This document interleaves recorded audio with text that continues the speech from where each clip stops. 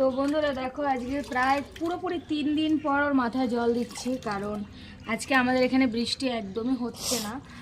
বৃষ্টি কম, মানে একদমই হচ্ছে না, রোদও উঠেছে ভালো মতো। আজকে তোমাদের দাদাভাই অনেক কাচাকুচিও করেছে, কারণ 3 দিনের জামা কাপড় সব জড়ো হয়েছে এক জায়গায়।